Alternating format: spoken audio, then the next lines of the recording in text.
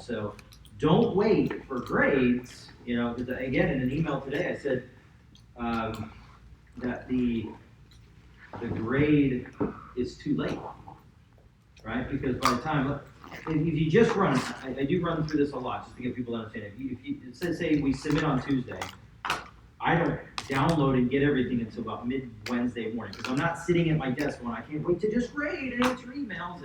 There's other things we have to do. So then the files come in, I download them, I organize them, I set them up, I have some meetings, I might get to them Wednesday, I might not, right? Then comes Thursday, I get a couple trickle in late submits, things like that. I get to grading, and then maybe I don't get to post until Friday. So now you're going to get feedback on an asset that was done the previous week. What can you change? You're already so far into the new week that it's too late.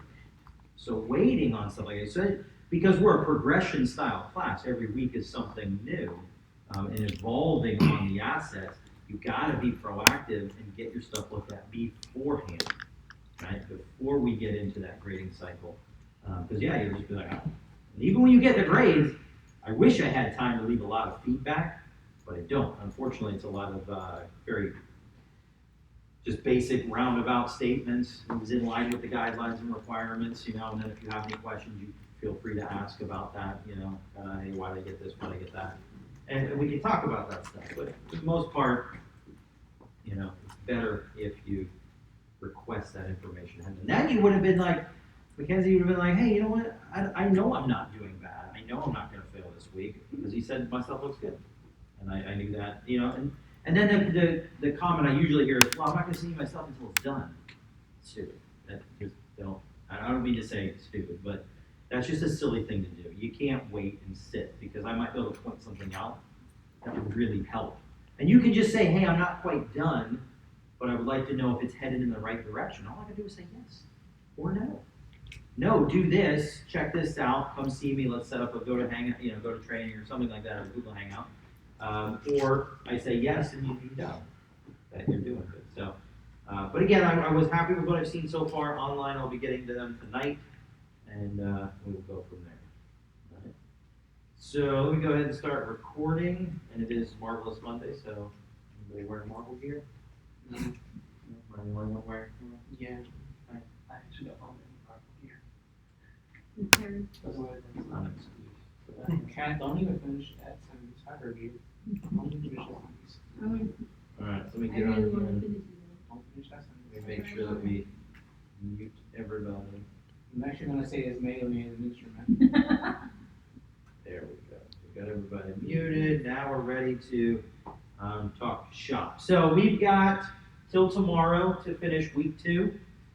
Same thing goes for week 2 as week 1. We're going to grade fully 2 of the assets. The other ones get graded on completion. You have the 4 total character assets and your 2 second reads. Okay. Make sure you get the right. I saw some where they had me grade an asset that I felt maybe a couple of the other ones were better than that asset, but they had it down in their completion. So sometimes people end up having me grade the wrong ones versus ones they really wanted because they didn't do the order of operations correctly. Unfortunately, I leave those as is because it's stated in there to make sure you do that. So in week 2, if you made that mistake in week 1, make sure that you don't do that again. Yes? So what exactly is the difference between a better asset and a completion asset? A better asset, it's more than just completed, right? It's got, so in both assets, you would want all the major pieces of clothing items, the character's broken into pieces. So let's say it was me, you would have my shoes, my pants established, you would have the shirt established, you would have my arms separated from the body, you would have the head separated from the body, so you can just tuck it into the shirt. If you've got time, you might do a band around and a block to block in the watch, kind of thing, and maybe something for the bracelet, right? So they're all sitting there, okay, looking at now. If it was something that was gonna be a better asset, well, you would spend more time shaping these to make sure they're on point. And then the ones you just want a completion, you're gonna go quickly through them. So if it were me setting up my priority list, I would go through and establish all major parts on all my 4 characters. I would give myself 2 hours for each character to do so. Right? So that's 8 hours in one day. And then I would go back and I'd say, okay, I'm going to do 1 hour of refinement on each character. Right? And then I'm going to stop working on the other 2, put them aside because they're my completion characters, and I'm going to do 2 hours on each one of my grading characters because they're going to be pushed further. I'm going to really make sure their shaping is nice. I might establish more of the parts. Right? That's going to make them, you know, and they're ones that you know you're going to take in the next week. Right? So you're like, I'm going to spend more time on these. Do a little bit better job. I did see on the ones that were obvious, the ones that they had me grade for the actual grading part of it, they look in technical. A lot of them, you can tell, they spent less time on the other ones and more time on the ones that were actually supposed to be graded, which was good. That's the way you divvy up the time, right? Spend more time on a hero character, less time on the background assets. Right? Just put your time where it needs to be. Makes sense? Right? That's a great question, you know. How do you know what to do and how to plan? Now, if you're just going, I'm going to work on asset 1, and you just go into it, and however long it takes you is how long it takes you, you will find that you run out of time getting into asset 3 and then asset 4. You've got to block out your time. Is anybody doing that where you're blocking out your time? You're saying 2 hours here, go through all of them, establish them, get them done. Good. That's what you got to do.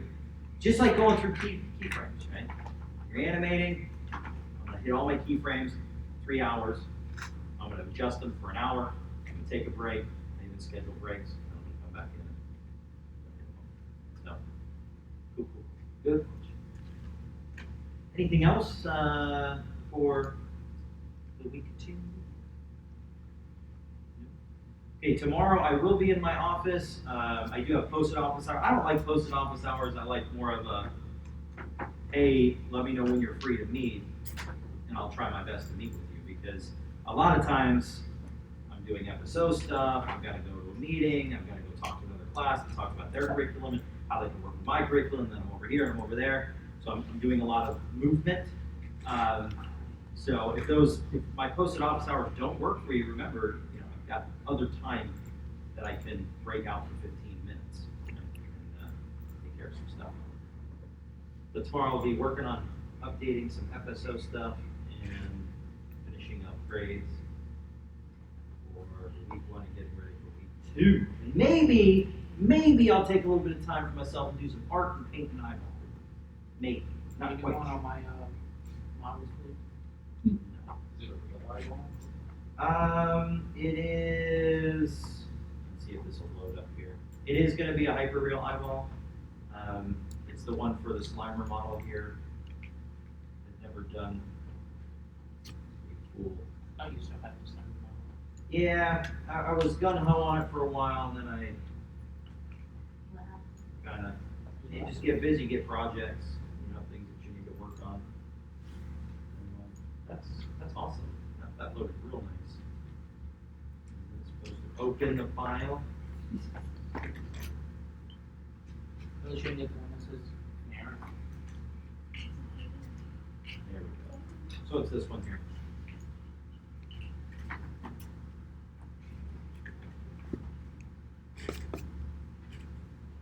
So it's full with all the parts, the lens. So yeah, it was fun doing all the sculpture in there and everything. And it's like 12 million polygons, so it's not pipeline friendly. But now I can take a 2,000 poly structure and use that information. That's why I'm doing this, so I can just change color maps and things like that. Change up the eye. And it was fun. Make sure the model contours in Yep, that. No, I'm gonna have fun doing all the. Remember I was talking about it, I was like, yeah, I'm sculpting all this stuff, and somebody was like, oh, I bought this eyeball pack, and you can just make all these things and make them, and I was like, oh, good for you. You cheater. They paid for it, they can use it. All right, so let's talk about week. It's real important. I did notice a couple people pushing their week 1 skull structure goal far. I may have scored you high, but just know that if you don't change it from week 1 to week 2, it'll get counted as incomplete. Okay? So let's take a look at that. I've got some examples, so we'll talk about what's going to happen this week, and we'll get into some of the other stuff. All that good stuff.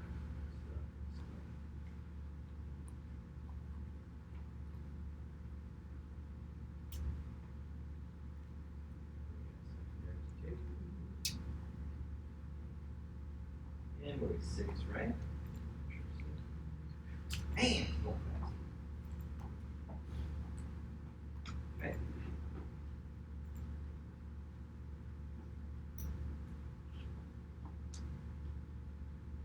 Okay, so we've got week 3, accessories and secondaries part 2.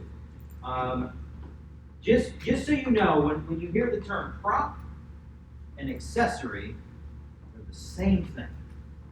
Okay? Because I've had a couple people modeling 2 accessories and 2 props. And they're like, oh, I thought I needed 2 accessories and 2 props. And I'm like, no, props and accessories. They can either be an accessory on them or a prop that they would hold. They are different things. Or they're the same thing as far as asset count goes. Yes? Armor count is accessory? No. Depends. It depends on how much is there without the armor, and then is the armor in addition to. If the armor makes the outfit, then I wouldn't really look at it as, but if it's like a shield, an armored plate that has buckles and stuff like that. Are we talking about the one that was the plated armor? If you did a really good job on his outfit underneath, then we can count it. Okay.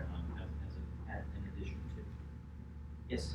The character we were working on with that helmet, that would be an accessory. Could be. Can his head be an accessory? No. His head is basically the helmet, though. No. I'd rather have the head with human anatomy than the helmet itself. But if you went in and you model, it's a great question because a lot of characters have the masks, they have helmets. They definitely can count. The problem goes into the one I've been using that has the 3 holes in the mask. I think it's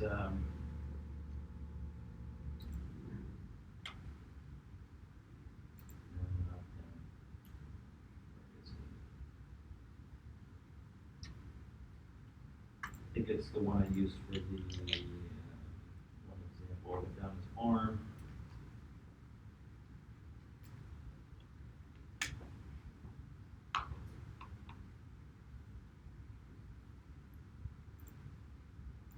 Him, right? So people are like, oh, I'm going to do his mask. Well, so what they do is they extract, they pop holes into the mask, and then they just put a curved strap around the back of it. And I ding it with not enough done for French. Okay? Or I give it a 40, give some credit on it because they obviously spent 15 minutes doing that when a good solid prop can take 4 hours, to accomplish. So how can we do it right? Well, one, we would really model that we would have to be to the 9s, and then we would also think about how do these straps attach? What kind of buckle work is there? Are there adjustment straps in the back? Right? How can we make it worth the grade instead of just going, here is this piece? Right? I've seen, and we'll talk more about this when we get into it. We'll talk about what makes a good accessory, a good prop versus a bad prop. A lot of things, if done correctly, make good accessories, good props. But the problem is a lot of people, they don't think beyond the reference. Right? Remember, when someone's doing a drawing, let's say that this was a drawing in a production. And they were like, okay, you know what, we really like that. This character's gonna work. Let's use it. Out of these 5 characters that were drawn, we like this one. Let's go further with it. So now they're gonna draw, depending on what it's for. If it's for a cheap cartoon or something like that, they're gonna go cheap with it because it's gonna be moving and who cares. But if we're talking about a design for a film, where we're going to see this helmet come off, or we're going to get close-up shots. Now they're like, okay, let's develop it more. All right, so look at the helmet. How's this going to work? Are we going to see attachments? Does it ever come off? Right? We need drawings for that. We need to know how it's going to work so we can produce it better. So anything that you're thinking about modeling, if your reference doesn't show you everything, you've got to figure that out. This is where it gets a little fun because now you get a little artistic freedom that you can sketch on the drawing and kind of figure out how these things are going to go, and then work with it. You can photo manipulate. Right? There was a guy a long time ago. He was trying to build a crossbreed motorcycle that was a cruiser mixed with a Harley. And he was just modeling, and I was like, it was a cruiser, not a Harley, a cruiser and a sport bike. So he was just modeling. He was just going in there and modeling, and I'm going, what are you doing? And he goes, I'm trying to make this. I'm not quite sure. And I've redone the front end a couple times. I'm like, where's your reference? He's like, well, there aren't reference for this. I don't have any reference for this bike. Sorry. He's like, I know I kind of want it to look like this style of bike. And I'm going, oh, okay. So I said, find 5 cruisers that you like. One that gives you the frame style and lay, sit position that you like. And then find some sport bikes you like the fairings of. He said, okay. And he brought it over to me. And 30 minutes later, he brings it over to me. I said, all right, give me the files. We opened up Photoshop. We just started cutting and pasting stuff. And we took the frame, and I got rid of any extra things that were sticking out, and I took the fairing that he liked. We cut it off the one motorcycle, layer via copy, pasted it, positioned it on the frame, and just cut and paste, making our own reference. And at a certain point, we're like, there you go. Now you've got something to follow. And it took maybe 45 minutes to really kind of get everything worked out with some conversation back and forth. And that saved him hours, days of trying to figure it out, right? So we do have the opportunity to create props that we don't see or accessories that we don't see that you design if you want to go down that road. So we do that. And adding on to props, if you sketch it on there and it looks good and I know what it should look like when I grade, that is another opportunity to push the board further. Right? So I'm sure there'll be more questions. So as we get into here, again, feel free to ask as we get into the accessory section. So let's see, questions.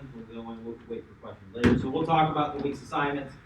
How to select and break down your accessories, right? This is part of that developmental process where you're like, okay, I'm going to make those gloves, and I'm going to model them 100% fully with the stitching and the thing and the wrist strap and all that stuff. I'm going to push them real far versus a rough in of some gloves.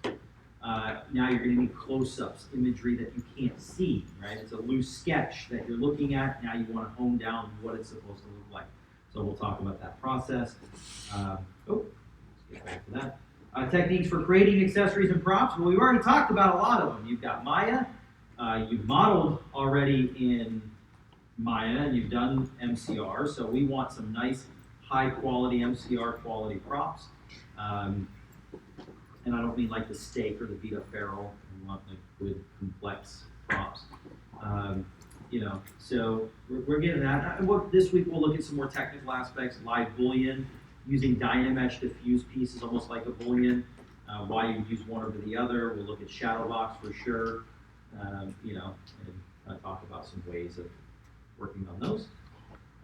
Let's see, main areas of focus for secondaries part 2, right? Making sure that we're not stepping on week 3 toes by pushing too far in week 2. Very important to know where we're at. At the end of week 3, your models are done. They're going to be finished, minus hair, right? Because next week we look at process 4 finishing or taking them further. So then we'll look at modeling hair, we'll look at UVs, normal maps, resurfacing, that kind of stuff. So at the end of this week, we'll call the base structures finished. Secondaries, right? Let's see, facial features and their landmarks.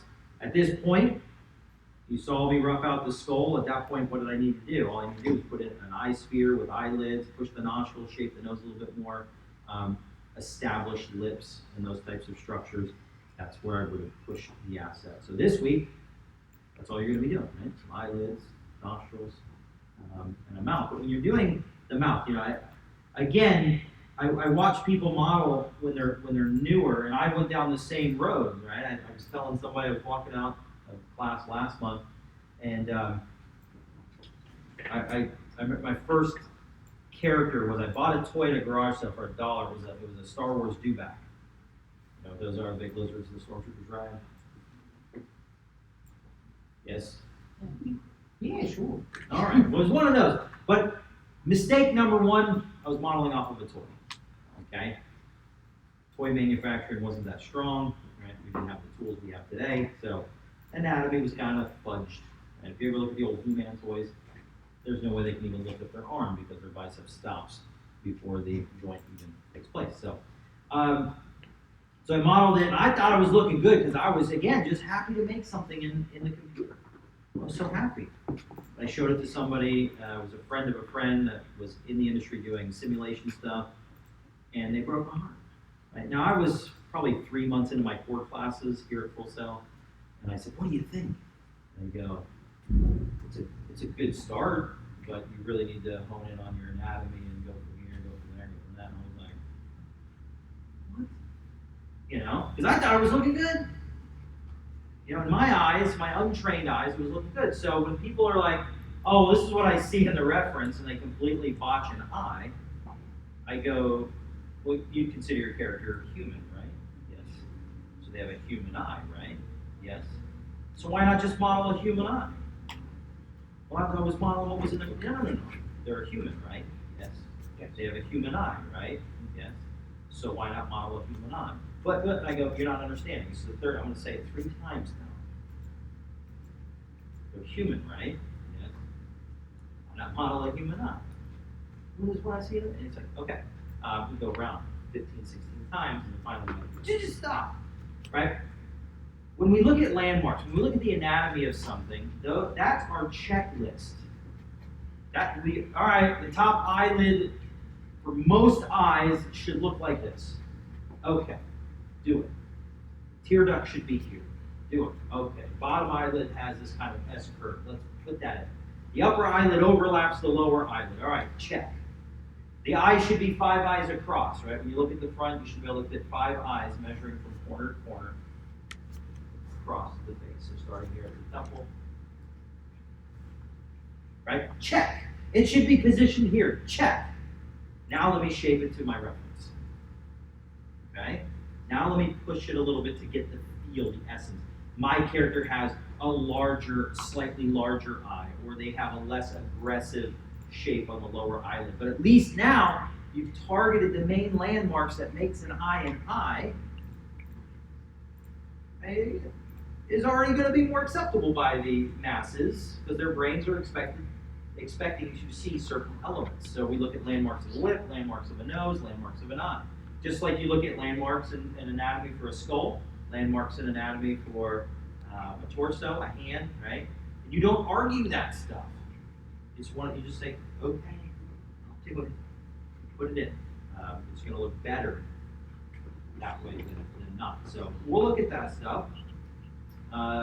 Techniques for creating facial features, right? At this point, though, we know a lot of this stuff, but maybe we haven't thought, hey, I can use a curved strap for an eyelid, or I can use curved tubes to situate the upper lip and then the lower lip and then dynamesh it into the face. We'll look at some of those ideas, right? Let's see, anatomy of cloth and cloth folds, right? An X wrinkle, Y wrinkle, drapery points, tension points, drapery points. You know, how do we look at that stuff and figure it out? Because this week we're going to be taking the clothes. We're taking the face up a level. We're taking the clothing up a level. So we're really looking at seams and wrinkle detail. And then techniques for creating cloth folds and wrinkles. If you did anybody do the cloth study? Learn a little bit about polypaint and stuff like that. How we already did it. Yeah, all right, good. You started. Cool. I mean, it's a fun one. Again, with the skulls and the destruction. It's a nice little activity. And everything's supplied for you, so you don't have to worry about digging up and doing something. You know. But that was a start to look into clothing, and we'll look further into it now. Now, there is a really good video that's linked in there in the assignment. It's the Brian Kittleson. So I think we've linked it in both the secondaries 2 section and as well as the cloth study. But you'll be looking for one that's from Ryan Kittleson. He used to be an instructor here, and now he does a lot of videos for Linda. And he does one that talks about how to utilize. We talk about the same techniques here. He really gets into different types of wrinkles and how to utilize tools for those types of things like that. a really good video to watch, as well as what we will show and talk about. Okay. All right, so the week's assignments, we've got the arm study and the prop breakdown. Those will be your two integrated. I'm pretty sure since this is a regular week, there shouldn't be anything on the docket for tonight. If there is, I'm trying to remember. I've been trying to make these a little bit more in line with how you're working on things. If there is something, it'll be your prop breakdown, because you need that before you start working on your props anyway. It's good to do that exercise. If there's nothing, then you just work on your work assignments. But you just look it up yourself for that. And for online, you know what to be doing anyway. Plan it as you need to. And remember, don't spend more time on them than you need to spend. Okay? Have a plan. Start creating yourself a plan for all of this stuff. Study your subjects. You'll find a lot. Remember, I mentioned casting a head last week. I don't think there's a head that's been drawn that I've looked at in reference that doesn't need supplemental reference. I don't think there's a piece of clothing that has been drawn on any of these characters that doesn't require supplemental reference. I don't think there's a prop, an accessory, or anything that I've seen drawn in any of these character sheets that doesn't require supplemental reference to do the job better. Okay? So, get supplemental reference. Okay? Make sure you study it as well. Really look at it. Let's see, stay focused. Don't worry about the stuff that you're not supposed to worry about. Hit up the big money items first. Get all your assignments done, then go back in and start to refine. Here's an arm study, a little bit of the shoulder in there and the hand. Right, but remember, nice approche. You're going to be focusing on, some bone landmarks of the. You don't really see much of the humerus, but your radius and ulna, okay, your carpals, metacarpals, right? They influence the hand, but they influence the shape. So think about where you're going to see the bony landmarks, and then right, your deltoid, bicep, tricep, flexors, extensors. Okay, nice structure here. The ridge coming over the hinge joint of the elbow and attaching up at the top, right? That really helps give that sense of overlap of the arm, bicep going in between, ridge coming over and connecting, setting the arc of the forearm back about 1.5 inches past the bicep. So anytime you're doing anatomy, you got to be thinking about overlap. Anatomy overlaps. Okay? Getting into the prop breakdown, really looking at, right? You see this pouch. I'm like, hey, I want to model this pouch. It's a great accessory. There's a lot of complexity in a nicely modeled pouch. I don't need 15 pouches, one pouch. You're probably not going to get a chance to do all the accessories. If you've got a soldier with a utility belt and all these things, you're going to have to finish it up at some point down the road if you really wanted to finish the character. But, I picked that pouch. I mean, he's got a backpack on, he's got all these other things. But, his pouch, even though it's drawn, the artist has given me enough to decide what other things I need. Okay, so by looking at it, I can generally tell its size. I can tell its scale. I can see where details are. I can tell there's a flap here, there's a little pouch here. There's a buckle to hold that pouch down. I was able to see a little bit there. And if I couldn't see it, yay for me, because now I get to put a little buckle on there if I want to. I know there's a buckle here with a rivet. And it looks like this was loosely modeled off of an older military grade utility belt. So that gives me a good reference point to start doing searching. I can start searching for, this is an old ammo pack, Vietnam era ammo pack. And this was really good because I get to see a nice close-up of the seam, right? That looks kind of like these big heavy seams, but I can't really see them. This allows me to be able to see how that canvas folds. And then I can see the edge detailing, which I thought was pretty cool. The side pouch, I'm just going to model that so I can kind of see a side pouch here. That's the side pouch I will model. Right? Here is the detail, right? You see I've got the strap clip. That's going to be that clip right there. I'm just going to model one of those. Rivets. There's a rivet. Choose between one of those, and this would be the rough belt belt loop or belt buckle style thing that I wanted to model. I've also got it broken down to canvas, plastic, and metal.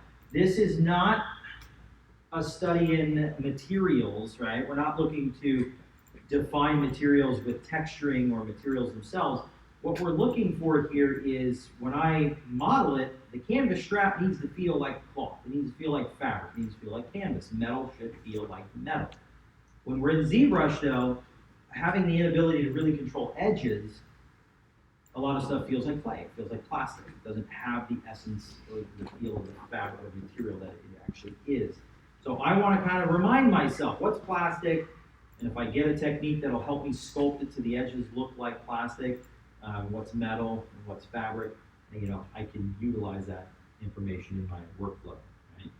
So kind of looking at that. Here's a little buckle on the side. I'm going to go ahead and model that buckle, and then put that on. So a lot of cool things, and I went ahead and I, picked a cool font and put something in the background. I'm going to worry about that, always thinking about kind of presentations. That's the kind of stuff. If I was going to model this watch, I'd be doing the same thing. I'd be looking at different angles and images. So a lot of people, what's a good prop? What's a good accessory? Well, a watch is a great accessory. There's a lot of complexity there. If you're doing, anything like this, what's actually, right there, it's a more standard type watch. There's a lot of complexity there, and people they go, well, that's going to take me all week to model that. Yeah, it could if you don't have a plan, but if you structure a plan around how to model it, you look at what's the core shapes first, right? The primary shapes, and you think about how can I work smart, right? By thinking about mirroring. Then it tells you establish the shape, cut it into a quarter, bring out a couple more little things, and then duplicate it over, creating half, model a little bit further, then duplicate it, creating the whole. So thinking about the duplication, thinking about that type of structure in your modeling pipeline, right? And then these are very simple, right? So cheap and effective. This is a great cheap and effective prop. It's got enough detail that you can somehow overlook the fact that that clasp does not work. It is just a mirrored structure, some real simple shapes. But what makes it look successful? It's a pretty simple structure. Does anybody like, no, that's not very simple at all, that would be difficult to model? Yeah. I mean, if I saw it and I was doing a model, I'd be like, yeah, I'm not sure how I'm going to do that. But again, think about it. It's a lot of replicating features. The watch band is nothing more than a replicating piece. This is only half of this. And this can be modeled with one corner and then duplicated and duplicated, right? Again, thinking smart through the object. And just model half of it and replicate it, then bring it over, position it, duplicate it over, clear out your faces, merge your verts, and then take this one, merge it or mirror it over, duplicate it and mirror it over to here. And then you've got one watch clip, watch band link. And then you can take that, group it, put your pivot point, and start duplicating and positioning. Once you get half, you group that half, center your pivot, mirror it over to the other side, duplicate it and mirror. So again, it's one of those things that to start it is going to feel really slow, but then boom, you go through it. All these little pieces here, very simple. Probably a shaped cube. This might be quadral where you kind of go around and trace up your shape. If you even got to that point, I wouldn't care if you did that or not. But the hands, I mean, that's just a cylinder flattened and then some extrusions to create the hand. And then you duplicate it, you've got a modified version that's now the hour hand. So there's a lot of replication, a lot of very, very quick ways of getting this stuff done. This can be modeled if you were pedal to the metal in and out, right? 2, if you hit some snags along the way. But if you just sat down, spent 30 minutes to figure it out, get yourself tools and processes laid out, and then started modeling it, I think very easily in 2 hours. So you're talking 2.5 hours, you've got a pretty sweet problem. Right? And if you're like, well, and I'm talking for a model, an animator, 3.5 hours, because you're not, you're probably animating in your spare time, where the modeler's probably modeling in your spare time. Right? So, If anybody has any questions, you know, how would you do this, how would you do that, I'd be more than happy to go through it. Now, you have to think also effective. Through the years of talking about this accessories, and it hasn't been years, but using this as an example, more and more I start to think about what would work and what wouldn't work, right? Has anybody, they just did the Intergalactic Game Jam this weekend. I don't know if anybody gets into those, but basically in 2 days you build a working video game. And a lot of artists, like teachers and stuff, they go in and we're in teaching mode. And I haven't done it, my kids keep me from really having fun like that.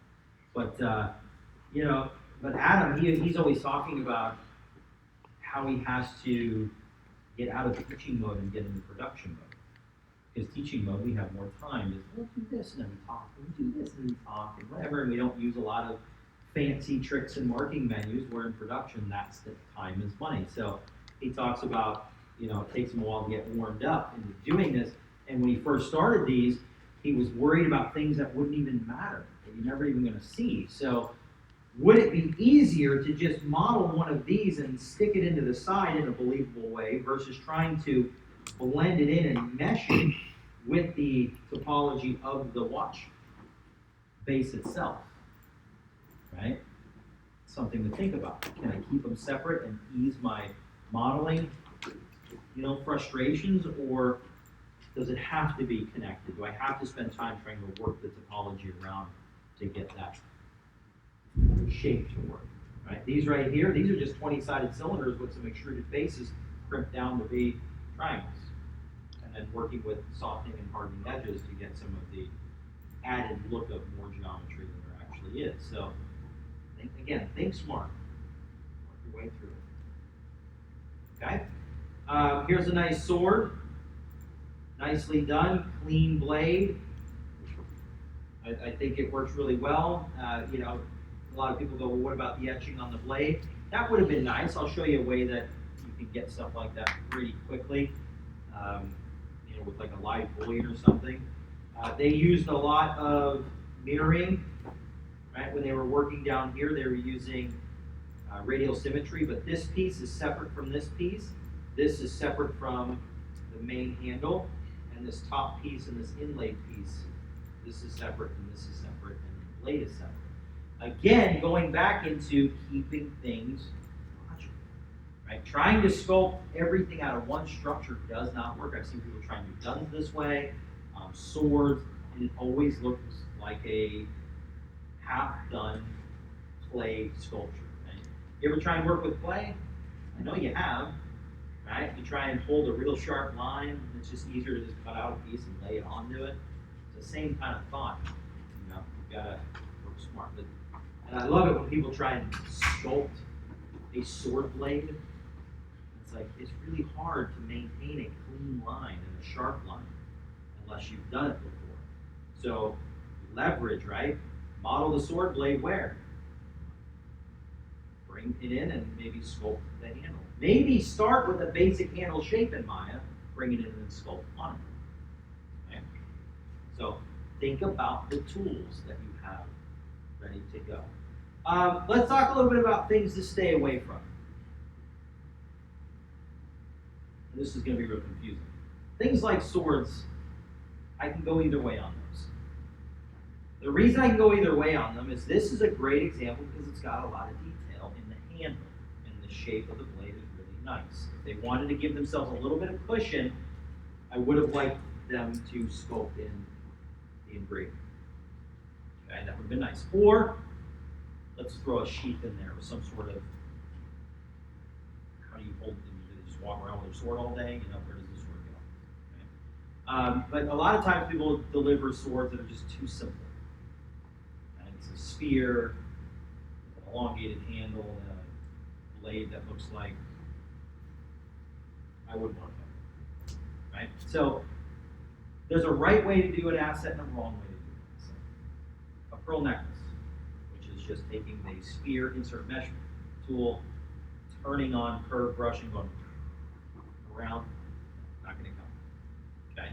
But if you did a pearl necklace with little knots in between and the clasp, right, looked really nice, you spent more time on it, that might be worth it, okay?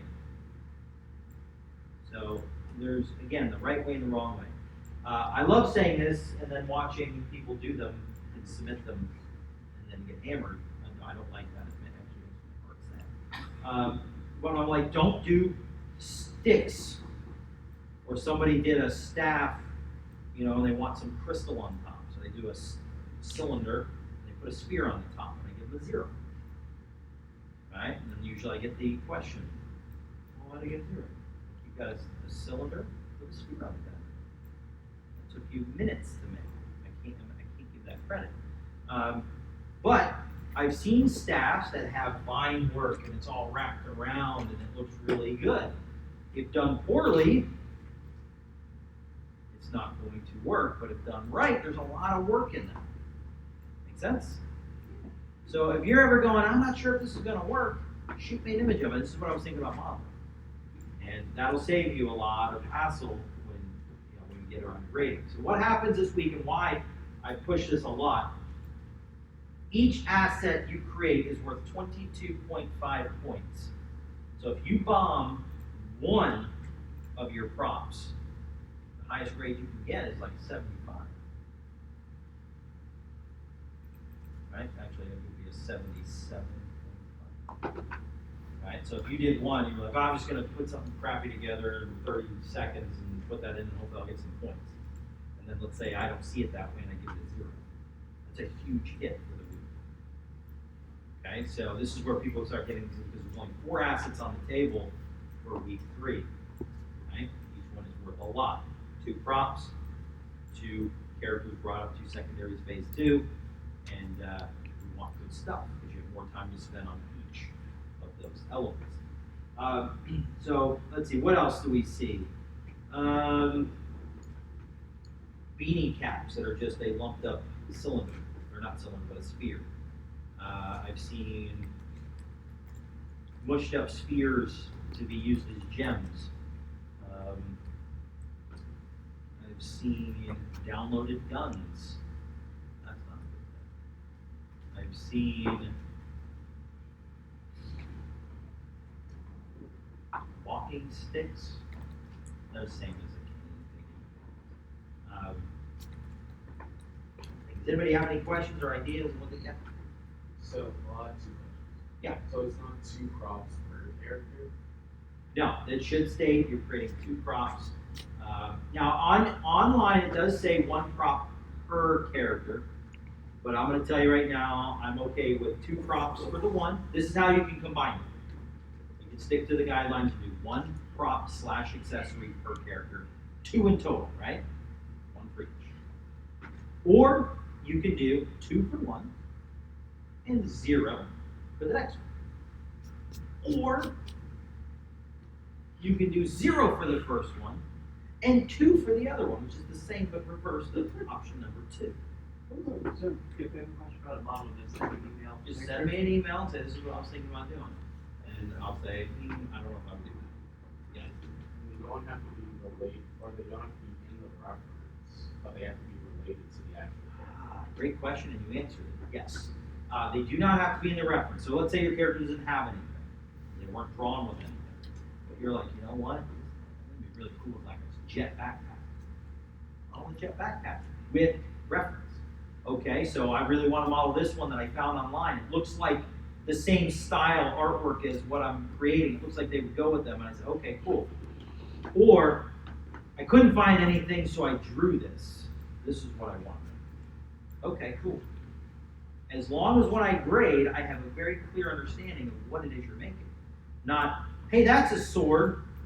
It looks like a pirate's sword. Which is a bad example, because pirates stole a bunch of stuff, so they can have many types of swords. And you model a medieval broadsword. Right? Here we've got a katana. We'll say katana in the reference, which wouldn't be a pirate's sword. And then medieval broadsword. Just because it's a sword in the picture doesn't mean you can model any sword, right? What'll happen there is you'll get hit for being off reference. Right? It might look amazing, but it looks nothing like your reference, so the professionalism and the art side of things will get hit. in a pinch though, does it matter? Take a hit on that versus getting the completed product? Take a hit on the not matching my reference. No, I meant like matching the character. It should match the character's style. Yeah, so your character doesn't, let's say your character is a pirate, and you're like, well, I don't see any swords on them, so let me find a sword that would work for them. And then you can model that. Does that make sense? Yeah. And if it is a pirate, again, you do get that freedom because they stole stuff all over the place. So all kinds of stuff with them. It kind of makes sense. What about assets like a sheathed sword, but you can only see part of the sword? We wouldn't need to model the whole sword. No, as long as, right, I've seen people do that. The warrior badger thing is a great example. He's got kind of a real basic sword, and people, what they'll do is they'll do his real basic hilt with a real basic looking sheath. It looks like primitive shapes just stuck together, and they get scored really low on that. But if it's like this, and then you've done the leather with the little buckles and the leather strap that has a little, you know, the like belt buckle thing on it, and it looks really good, and that's awesome. You know what I mean? So there's definitely, you know, it's like the same thing with gun and holsters.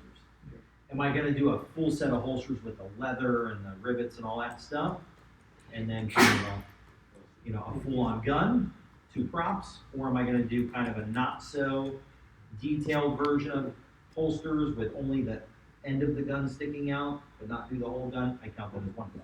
Make sense? Yeah. Yeah. So we have a little bit of, got kind of, we have some things we can look at, but we've got to make sure that we're making the right choice. Again, all I got to do is shoot me an email with an image. This is what I want to model. I'll tell you right up, no, that's not a good idea.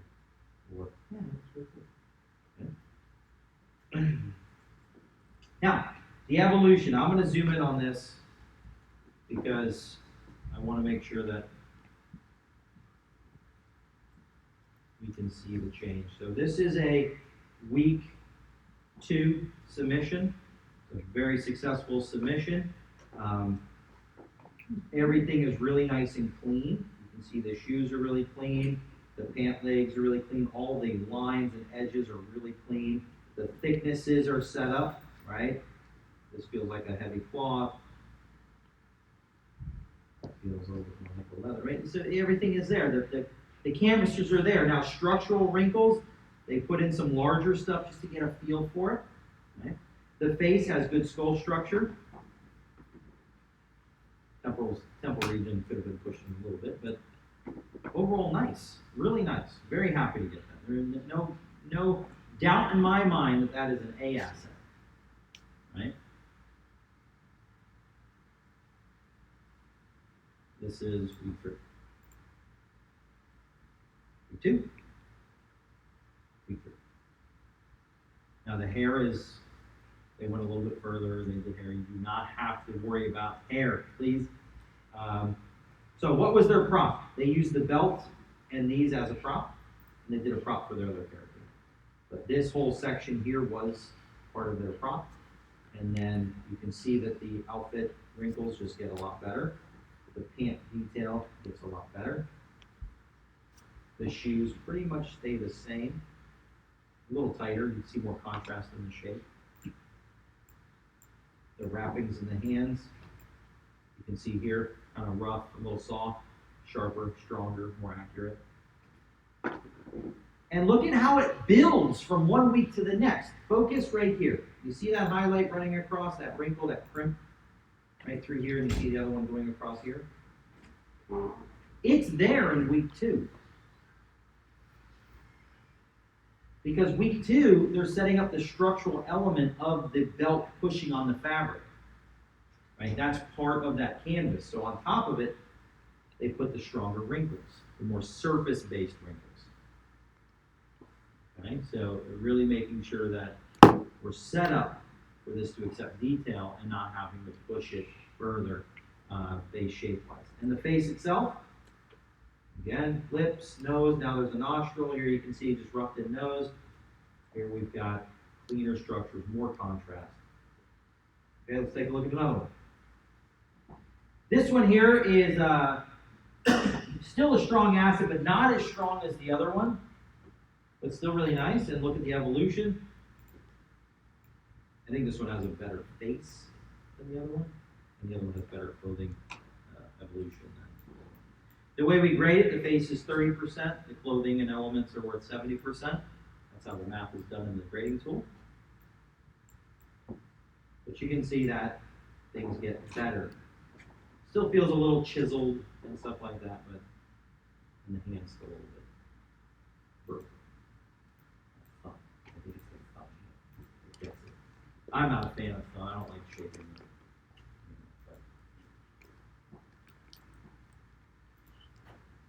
Okay? So you want to make sure that I can see change. Right? And I will flip. This is why we have you submitting, right? You'll see in week 2, we start the comparison submission. So when you submit, you're going to be submitting your week 2 images with your week 1 images so I can look at them. In week 3, it's the same way. You're going to submit your week 3 and your week 2 images so I can see the evolution. And a lot of times I'll look and I'll go, 90% of this has not changed.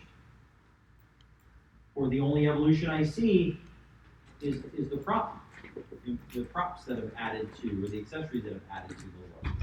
So we want to be careful with that. We want to make sure that everything evolves. So I would really get you to kind of go back and forth, and you should see some strong differences. Okay, I'd say on the head on this one, very easily an A. Again, the hair, I believe this is a week 4 when they did the hair on this one. And I grabbed it because the evolution from the week 2 to week 3, right? All of this stuff was done week 2 to week 3, minus the hair. Okay? So that's what we would be looking at. Questions?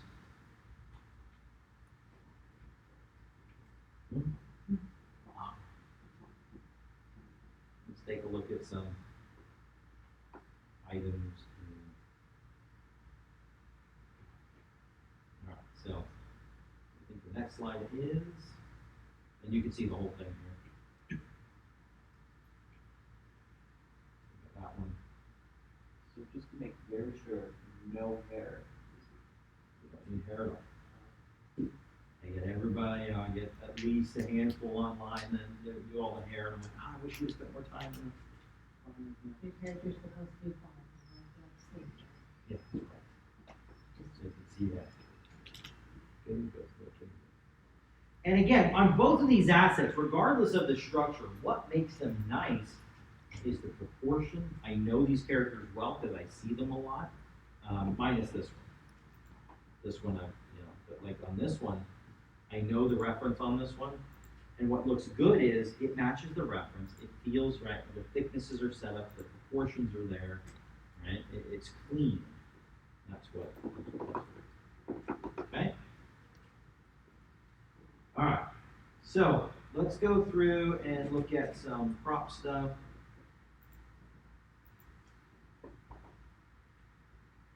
Okay. You can see here, we're going to look at also creating, anybody a fan of Illustrator? Okay. They have this really nice SVG thing that you can do where you bring in an SVG file, and that's not an SVG file, but you bring in the SVG right in and it automatically generates geometry for you, which is cool. So for things like emblems and whatnot, really, really cool. We can also take something like this, though, and do alpha to topology. That one works okay, but now with the SVG, I think it just works better. So we'll take a look at that. Right, again, it's going to start with reference. Picking what you have.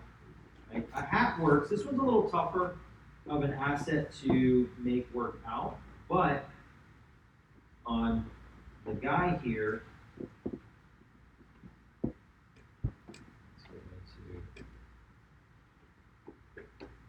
he's got this hat.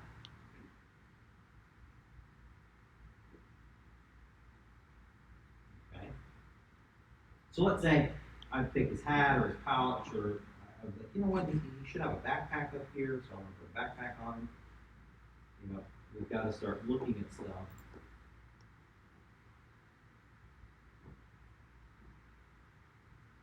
You can see, you know, I can see in his image, he's got these lines going back. I didn't know that there was separate running hats.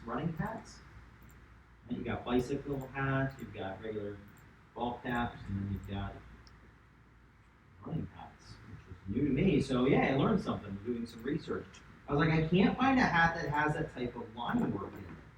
And I kept looking and I stumbled across a running hat and I was like, oh, that's it. So it gave me my target.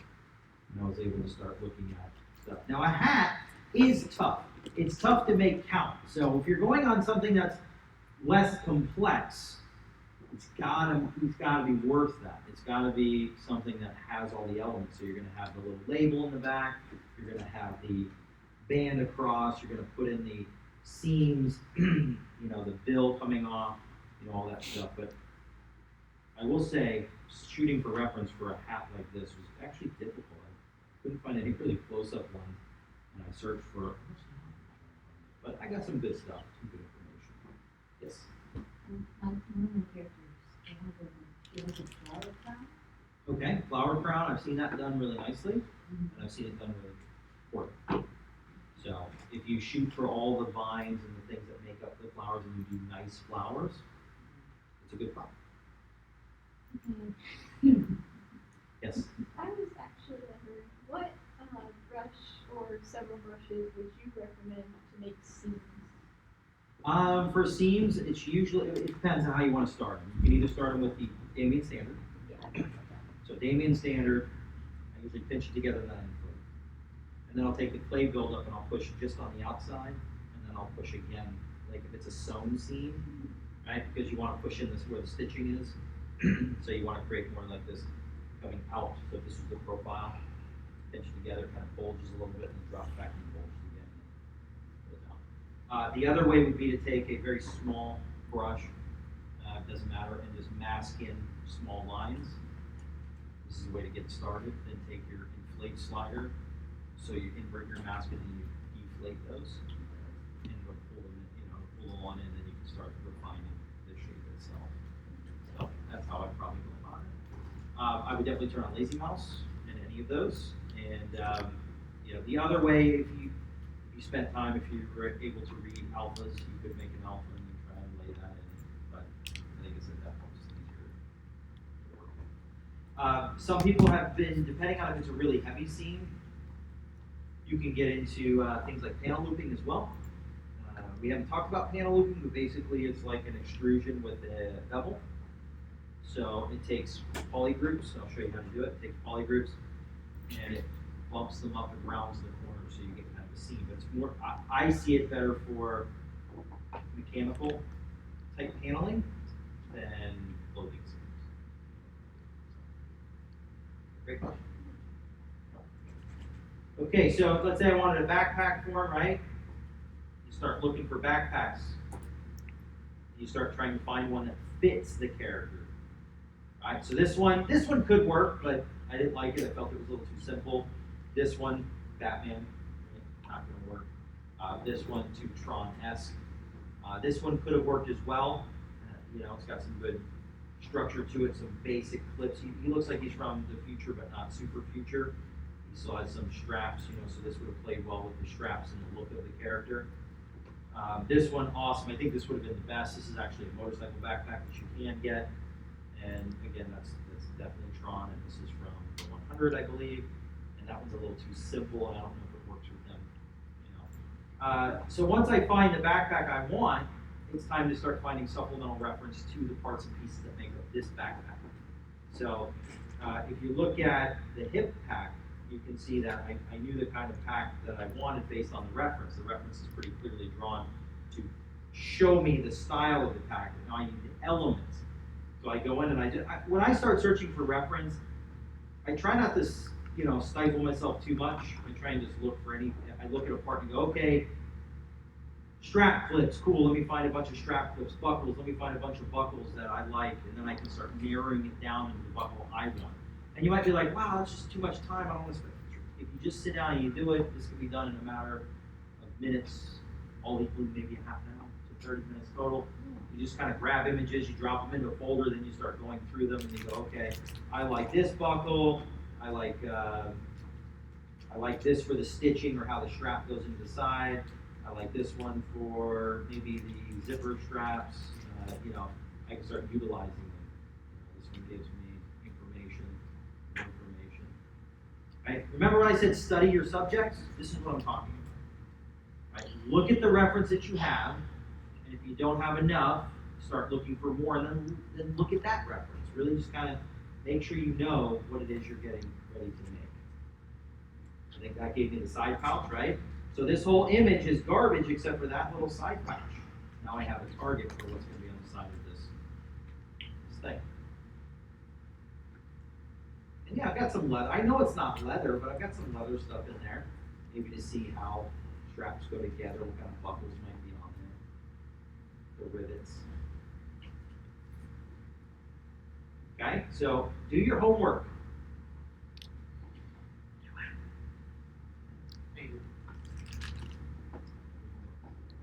Now the next thing is modeling smart, right? You want your job to be easy. So I think you've been exposed to this radio as a prop you can do in one of your classes.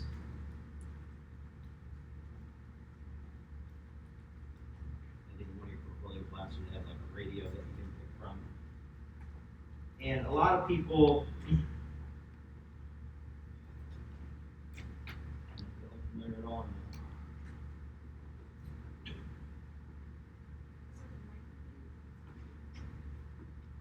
Right, so a student came to me and they're like, they were frustrated. And okay, I'm modeling this, and they were generating this. Okay, now I have 4 rules of topology that I always run with, and we'll learn more about these next week. But I'm just going to kind of put them out there now. It doesn't matter the order that they are, but whenever I'm modeling with polygons, which is pretty much the geometry everybody uses that. I always think about, one, is it clean geometry? Do I have n-gons, T-junctions, non-manifold geometry, bases on bases, unmerged?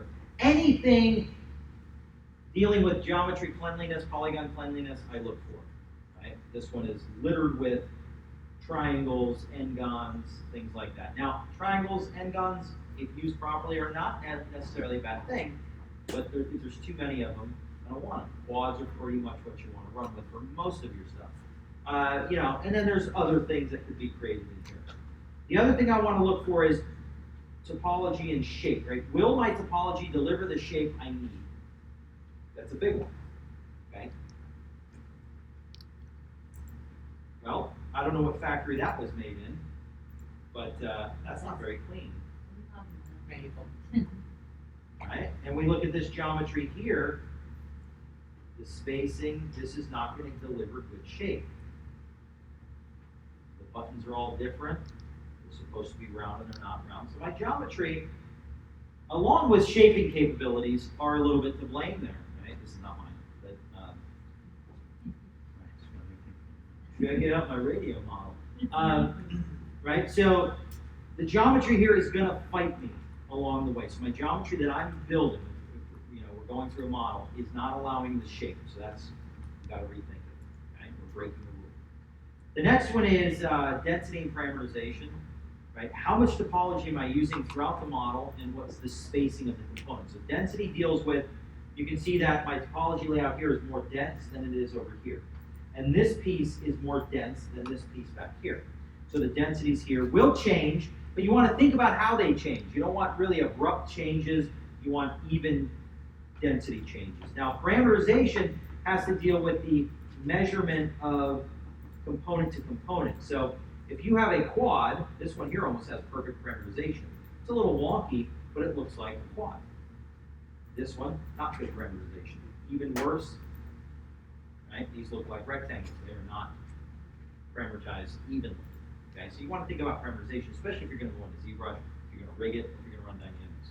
Huge things to be worried about. Okay, then the next is edge flow. Right? I should have clean edge flow. I don't care if it's hard surface or not. If I'm a modeler, I want to show my wireframe at some point, so I want to pay attention to how my geometry is flowing through. And really, the big part is, if you look here, this is a rounded corner, right? So why is this topology flowing differently than this topology? Why are we rounded here and kind of wobbly rounded? You know, it's like quick little bump up there, not very clean. And then here we're straight, and then kind of curve, and then straight. So there, the edge flow is no good. The other thing is, when I'm building, I want to use edge flow. I want to use edge looping to isolate and generate shapes. So, case in point, when we look over here, you can see that on the geometry I started cleaning up, I'm utilizing an edge loop to go around that button. That allows me to put a cleaner edge loop around the bevel going into the button hole or the dial hole. So I'm using certain edge loops to get certain shapes. And what's cool about this is, let's utilize this information to make my life easier. What do you see here that you see here? Circle. Cross.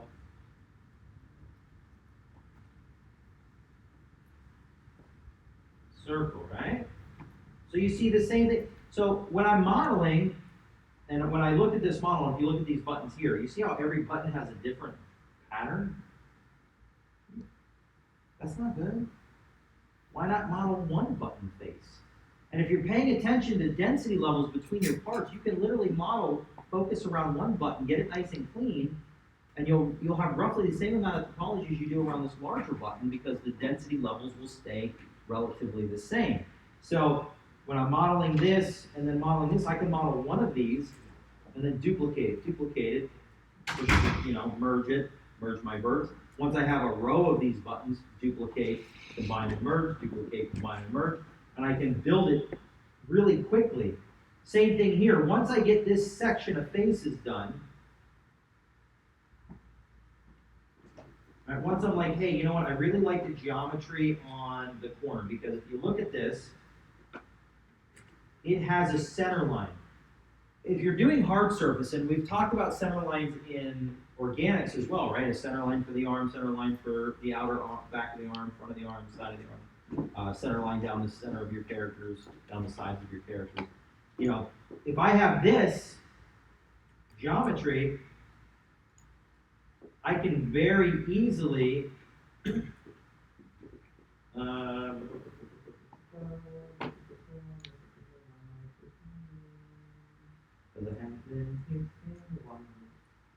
I can duplicate those faces.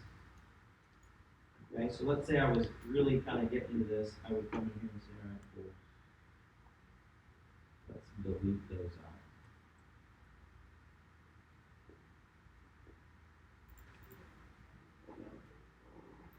Let's take these.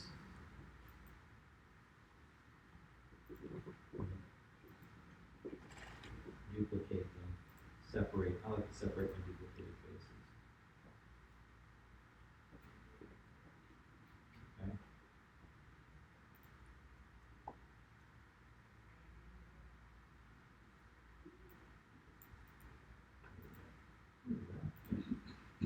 Right, you would have your buttons nice in the center pivot and all that good stuff. Okay, so there's that.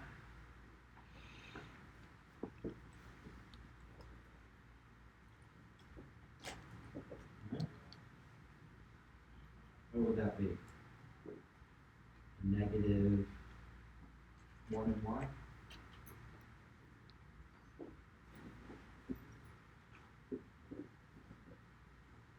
Combine, merge verts, duplicate that section, flip it to the other side, and you've got the nice rim around that piece, right? So again, that's what we're talking about with trying to keep things clean as you're modeling. I can take all this geometry, and this was during a meeting with a student. They were kind of panicked about how to clean this up. And they're like, well, it took you 30 minutes to do that. I said, yeah, but now you can take this and you can start replicating and moving through. Same thing here. You can create a quarter of that button, duplicate it, reuse. Okay, so think smart. Think about patterns. Always look for patterns. always look for that duplication opportunity, and I think you'll move a lot quicker. You can see here doing it, I can now take this whole section.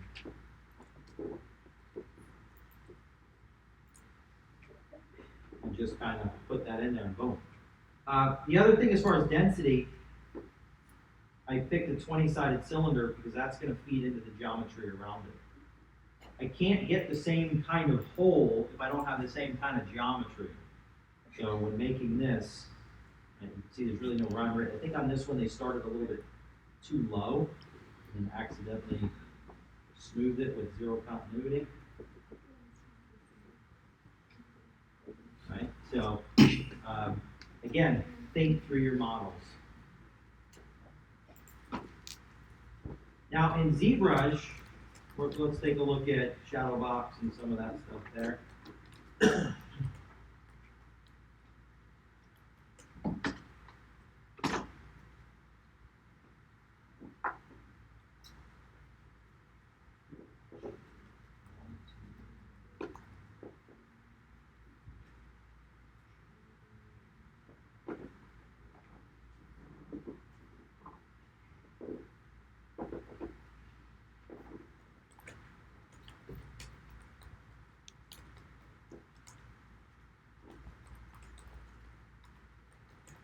Always good to try to open up multiple assets at the same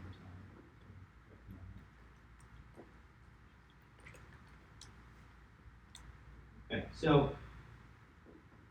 for this asset here, we're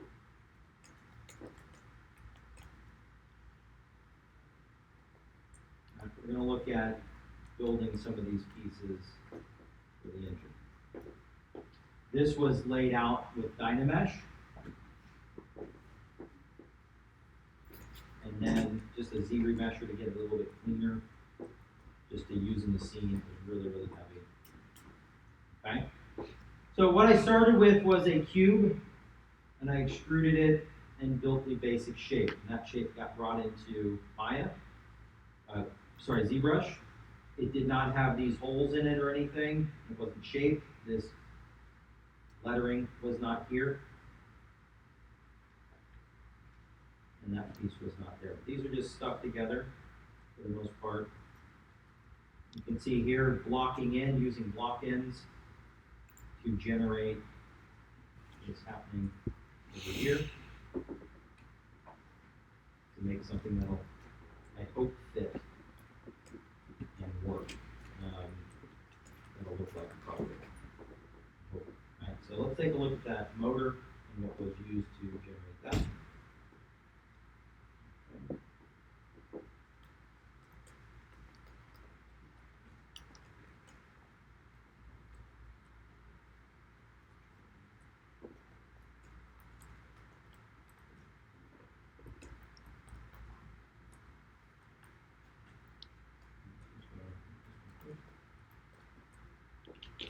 Just to give you an example of, right, again, utilizing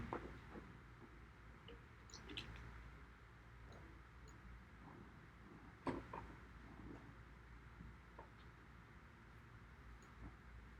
can see the basic shape there. I did smooth it out a little bit. I thought I had one previous to this, but I added a very quick bevel to the top. Just simple extrusions and then brought it in. I knew that I wanted to. In this case, I'll tell you what's different about what I'm doing here and why it worked out and why I used the tools I did. I used Dynamesh over, when you see booleans, you might be thinking, why don't you just use booleans? The booleans gave a little bit too sharp of an edge, where Dynamesh gave me more of that molded, casted engine block feel, right? But I also had the flexibility of jamming pieces together and letting them Dynamesh together, cutting out, adding to, that kind of thing. So that's why I chose that. Also, I wasn't sure where I was going with this engine. I had a basic idea based on the toy car, but I couldn't see a lot of the engine details, so I wasn't able to really get in there and see 100% what I was modeling. So I had a little bit of design freedom there. I knew roughly what the engine should look like, and then just needed to really define some of the parts you couldn't see. Right, so started off with something like this. Very simple, out of Maya, brought it in here, and started working with it, okay?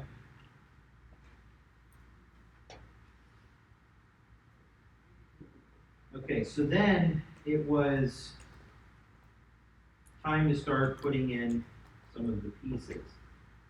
So you'll see here, I have still one piece for the engine. I've kind of smoothed off some of my shape for the valve cover. And I found reference for a valve cover that I wanted to make.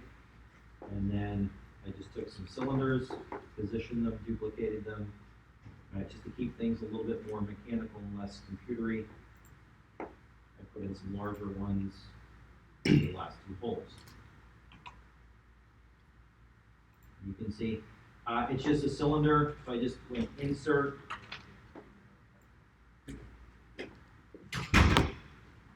picked the cylinder, scaled it, shaped it, subdivided a couple times, and now we're ready to use it.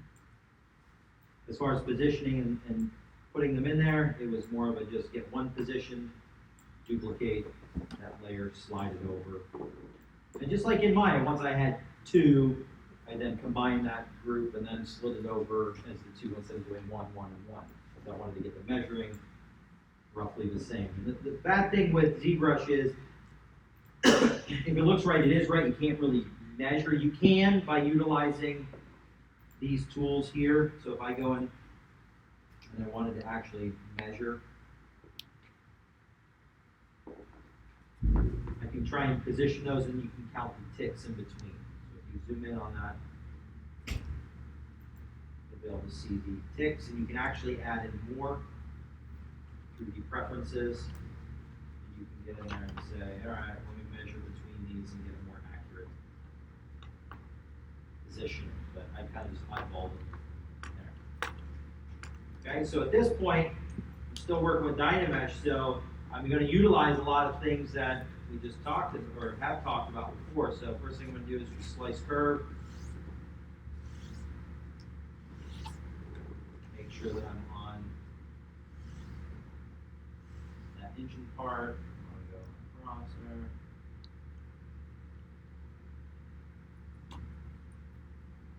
Position it, let it go. Shift F. You'll see that it's sliced through. All the way through the model. And I'm going to go into subtool, split, group split. Now I've got the valves separate. I'm going to push this down. Underneath. Got my valves. I would then Dynamesh both, but I'm going to let it Dynamesh when I do everything. I'm going to take these here, all of these, and let them go together as one. You can Dynamesh one at a time, but just like in Maya, when you're doing booleans and whatnot, it tends to be better to figure out your booleans and what you want to boolean on the surface and do that all at once. Then try and do one, and you get crazy geometry, then try and do another one, get crazier geometry, and then eventually it's like, I don't want to figure out this crazy geometry anymore. And it sometimes stops. So what I'm going to do is just merge these down. I'm not going to weld them or anything like that. Probably won't weld anyway, right? So I'm just going to go ahead and merge down just those pieces there.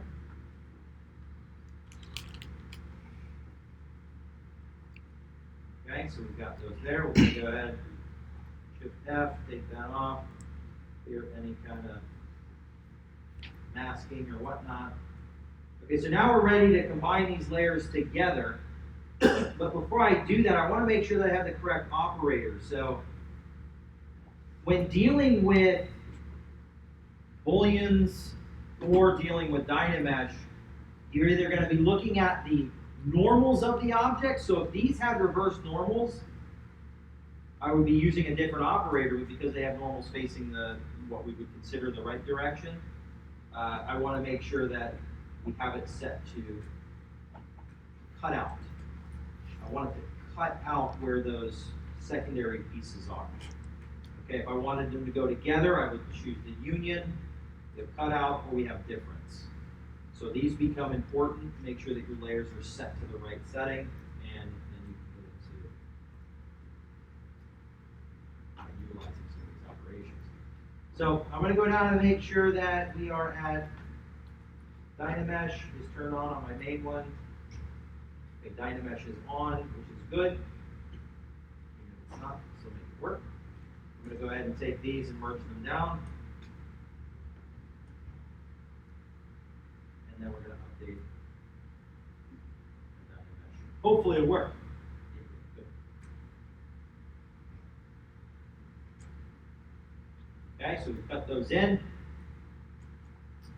Again, always think about how it's going to be viewed, how far away you're going to be. And there's always a little bit of cleanup.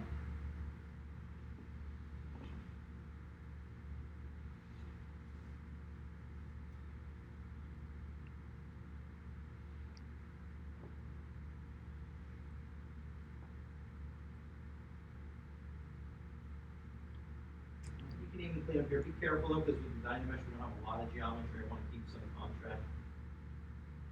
Now we're kind of going for the look, right? So as far as getting into more geometry or functional geometry, I've got to kind of know where my limits are. I might just go in there, see that one's just fine enough from far away. Smooth in there. So now we go into some other phases.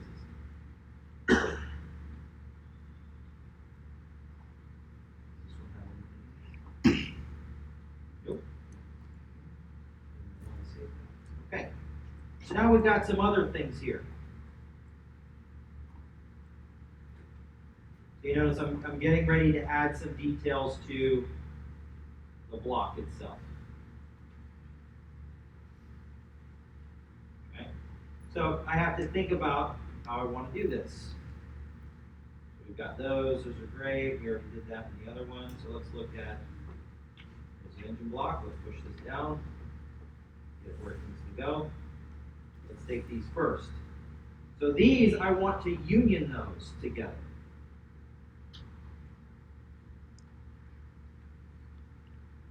Okay, so we take the engine part. Make sure we've got our Dynamesh on and ready to go. Good.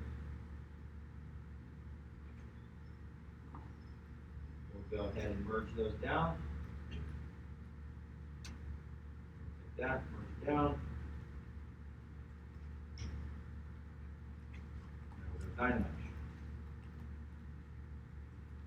Resolution needs to be high enough to maintain the distance between the pieces.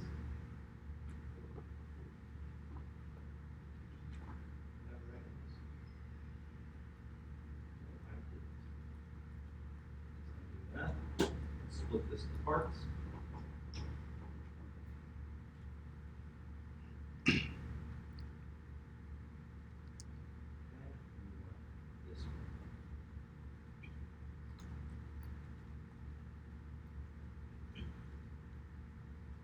Up, down.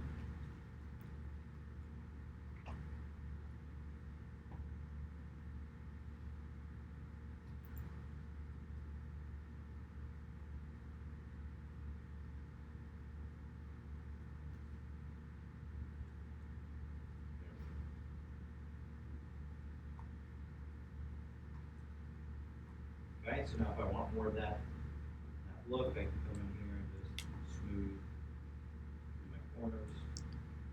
And getting that more casted look versus, and I don't want it to be 100% perfect, right? A little bit of jumble here and there is going to look nice because that's reality. Okay, and then over here, we want these cutouts for the exhaust. Just trying to make it believable. We're going to take this next set of pieces. We're going to say, go ahead and cut out. We're going to merge down.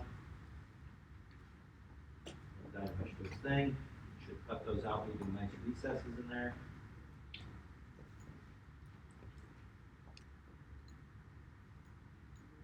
Okay, and then we're going to do the same thing with this one. We're going to go ahead and cut that out.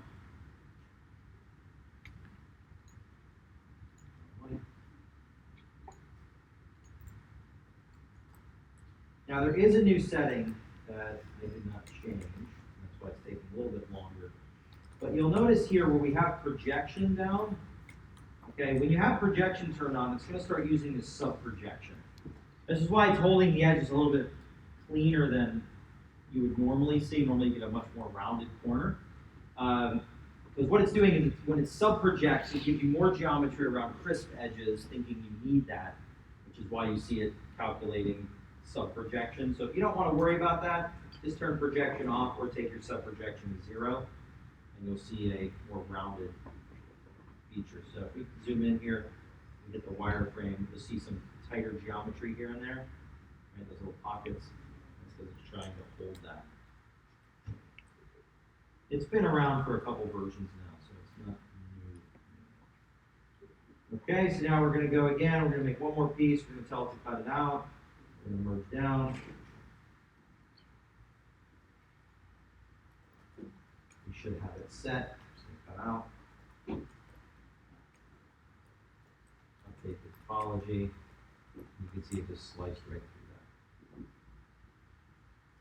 And you know, if I wanted, let's say I'm like, oh man, I need this to be a little longer, no big deal. I think I did make it a little bit longer. I'm gonna go in there. Oops, wrong.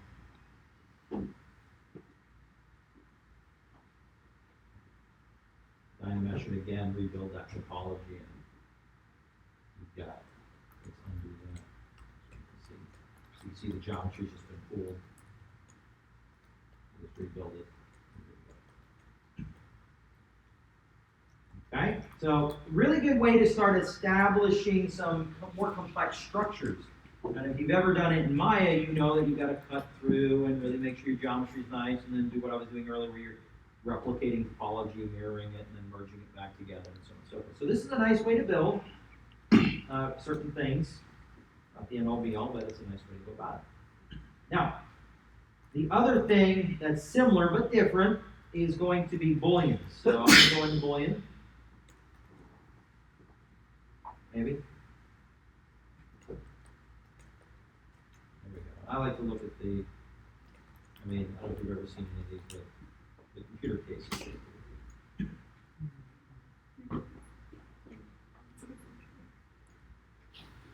Okay. So basically, live Boolean takes primitive shapes or complex structures and booleans them together, delivering a final output.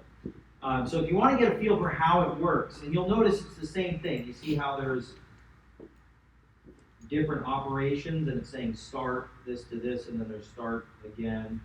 But you can see that it's saying take these, cut this shape out of it, right? So if you want to look at any of these, just turn live Boolean off. You'll be able to see what this does. Grab that. Let's hide that, bring that. Okay, set live Boolean there.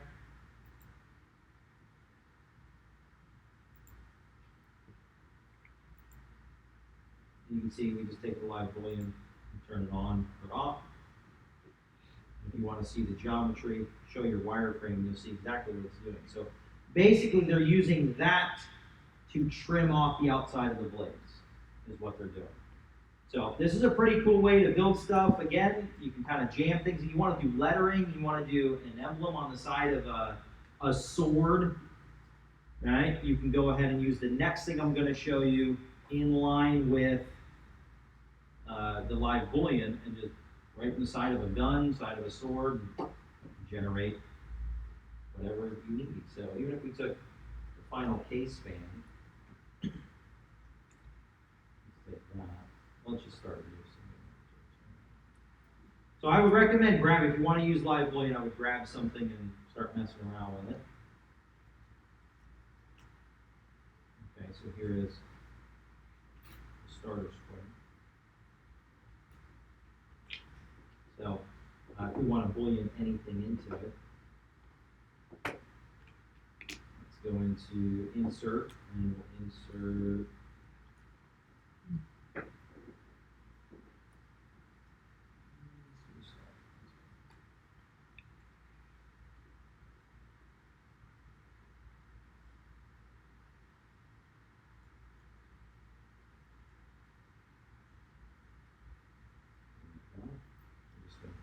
to cut out.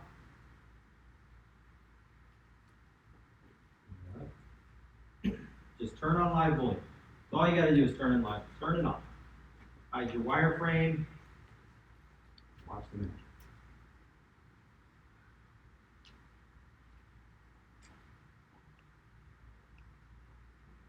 It can be scaled in real time. It can be rotated.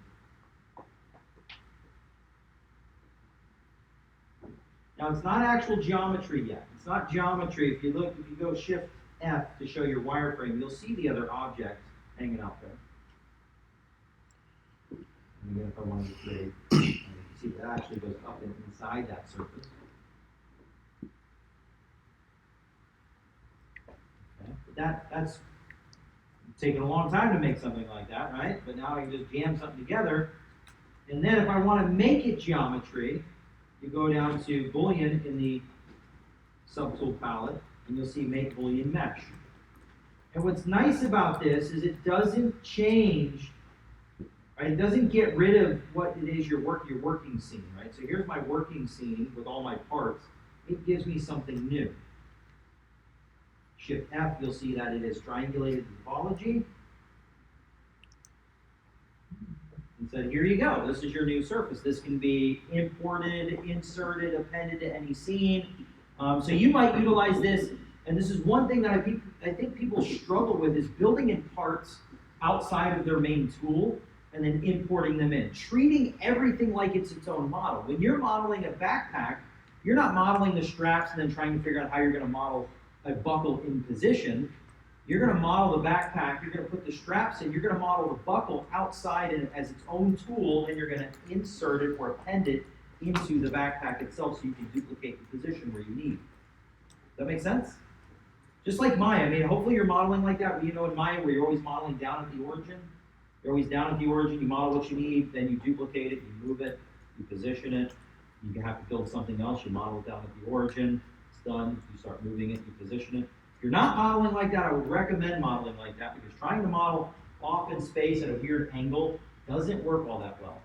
So think about managing your tools and again, utilizing this more so like mine. Not everything has to be in that same exact tool. You're building other tools to bring them together to create your final product. And then boom, you get that. Right? Here's your final piece. Let's go back to my build scene because I want to show you a couple other methods of creation. All right, so under Z plugin, you're going to have something that's a little newer. It's been in there maybe 2 versions, but it's really started to work nicely. And you've got texture 3D, or text 3D, and vector shapes. Okay, so the first thing is, let's just do new text. And let's do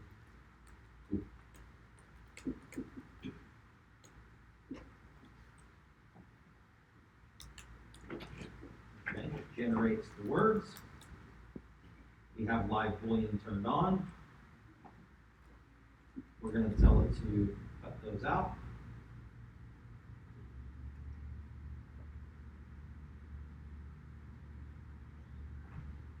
Let's get rid of this. I'm just going to do a deformation object mirror negative X, so it should be in the right direction. Almost scale down.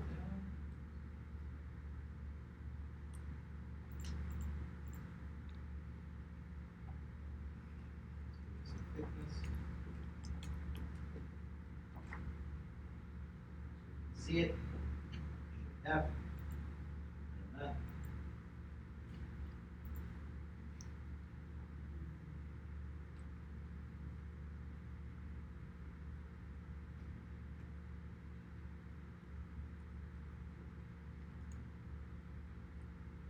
For 3D printing, this is an awesome little tool. It's literally just push that right in there. So again, pick a font, type it out, boom, you've got geometry, real nice and clean. Okay? And then we just make Boolean mesh. But let's do something else. Let's use that same.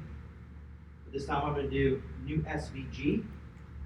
So this is where you're going to utilize things like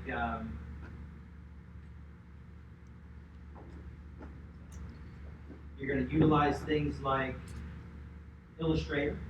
You're gonna generate an SVG, just simple black and white. I don't know if it really cares about the color there, honestly. So, worry about that.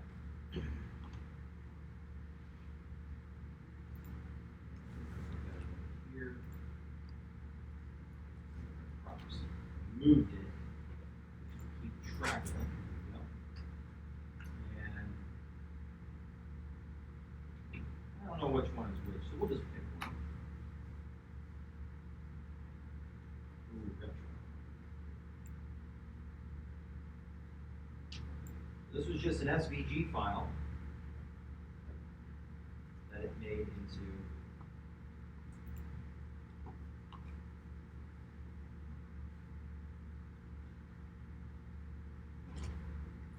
what's it set up for? Right now it's set up for union, but if I wanted to cut it out, just switch it.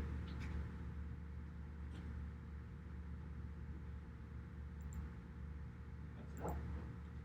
Now, one thing to note about this actual mesh,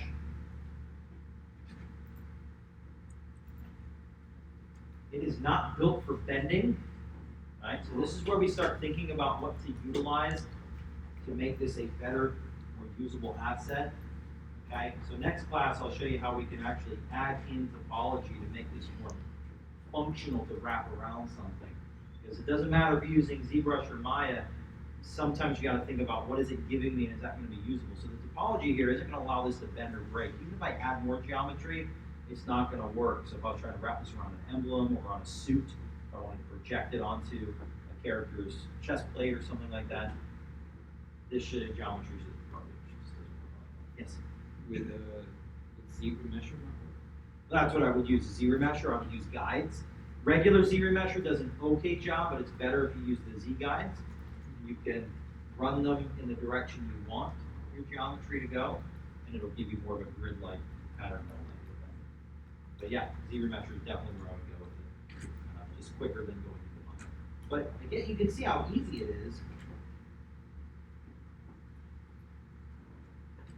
If I wanted to make something like this, you know, cool little thing or whatever, cool, right? What do I have to do now? If I want to make this geometry, what do I need to do? Yeah. Wait, what? There you go. It's right there on the screen, right? I was just talking about it a little bit. So once I'm done with positioning all my stuff, and it will scare you, it'll show you the bottom. And when I first learned this tool, it first came out, I was like, where the hell did our subtools go? And it just had moved the subtool slider down. And I was like, oh, okay. But we have these again together. If we want to make this an actual piece of geometry, we go to Boolean in this menu set, make Boolean mesh. And it replicates and gives me the U mesh. Right, so now we have two of them. Okay, so I can use this all over. I mean, just look at the examples. They've got a screwdriver in there that was made with this, so you can get some pretty complex structures fairly quickly. It's just a different way of thinking about modeling. Yes? Sorry, where did you get the VSG file from? The SVG file was made through a vector program, so it was an image, and then ran it through. A friend of mine had a for Patch doing embroidery, so they made it in vector. But you can go right into Illustrator, and you know, people want to know, why are you forcing us to use this pen tool? Guess what Illustrator uses? And then what does it output when you output SVGs? Those actual vector graphics, which is what using the pen tool allows you to generate. So you get, now you know how to do it. The only thing is you go file, save as SVG, the default should be fine, and you can make any shape you want. Bring it in, generates that shape. So it's pretty cool, nice thing to use. So next class we'll look at shadow box and then talk about wrinkles and some facial features. Or we've also got the next class as well. So this is a 3-day week. So. Cool. All right, so we got the next class coming in. We will need to exit. If anybody has any pressing matters, you need to talk with me, maybe out in the hallway.